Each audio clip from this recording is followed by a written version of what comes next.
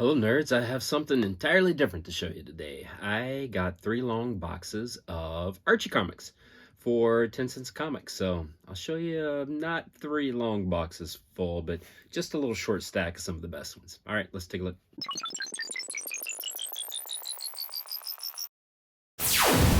All right, I mentioned I paid 10 cents a comic for these Archies, and here's she's Josie for 12 cents, 12-cent cover, so I got them for cheaper than cover price. These are quite old. I have no idea what number this is because back in the day they didn't bother with numbers. It was just August. August what year? I do not know. So Josie, here's a couple more. This is a 30-cent Josie, and here is a 35-cent Josie, but it looks like that is a sticker that is placed over top of that. So number 89, 90, inflation was hitting in that era. Could never happen now. All right, here's Archie's pal Jughead. This is number 82 in March. Again, no year, but at least they have the number on there. And gosh, I just like the trade dress of those old. This is probably really early silver, maybe golden age. I'm not sure. My guess would probably be like really early 60s, late 50s. Here's another Jughead, number 136. So 50 issues later, it has this new trade dress. Again, I just love that one. There's something about those old ones. Here's another one, the old ones, Life with Archie, a 12-cent. Here is another 12-cent, number 35, Life with Archie. Number 36. And number 37, which I think is just really fun. Hold on, Archie. Please tell Jug to hold on. The jokes with Archie. You gotta love them. So comics in this era, you know, they just had a wholesomeness that just doesn't exist today. Even the Archies nowadays, they aren't quite the same. You know, sure, there was some innuendo, but it was always just really pretty mild and tame.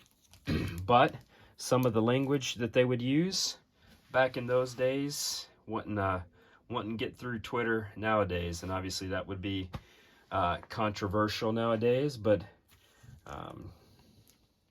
that's the way it was back then. So here's a 25-cent annual, Archie annual number 18. This was the Archie Giant series, where these was the larger perfect bound copies. And here's another one of those. This is the 23rd issue.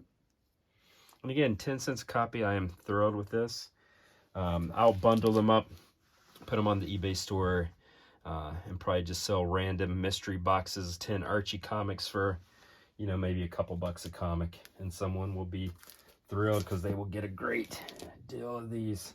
I'm going to keep a few for myself just because they're a lot of fun. They're great. And obviously these jokes were consistent with Archie Comics.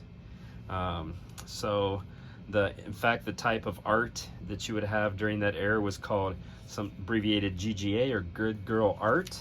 That was a feature back then, not a bug.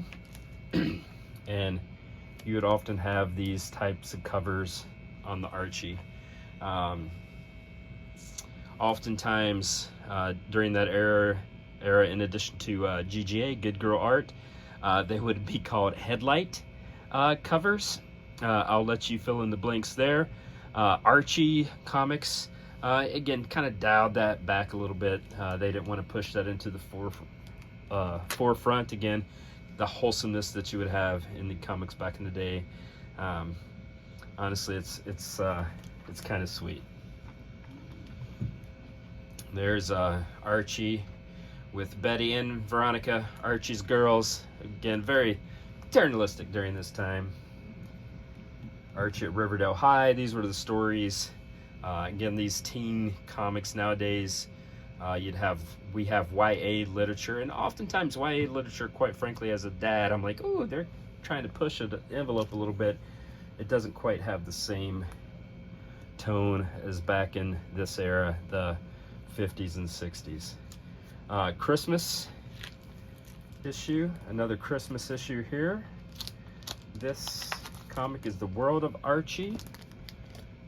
And I have that in. Finish up with just another Christmas title. I gotta tell you, I appreciate those old Archies. I've never been a fan or a collector. Some guy reached out to me and had 3 long boxes, and he was just looking to find him a new home, and I ended up paying what in effect was 10 cents a comic, which would have been below cover price for even what the 12 centers back then sold for. So I thought it was good. I think I'm going to bundle them up and just sell them as mystery boxes, because a lot of folks do love these Archies, and they'll be happy to get 10 random titles or so. I'll put that on the Nerds on Earth eBay store. They just don't make comics like they used to.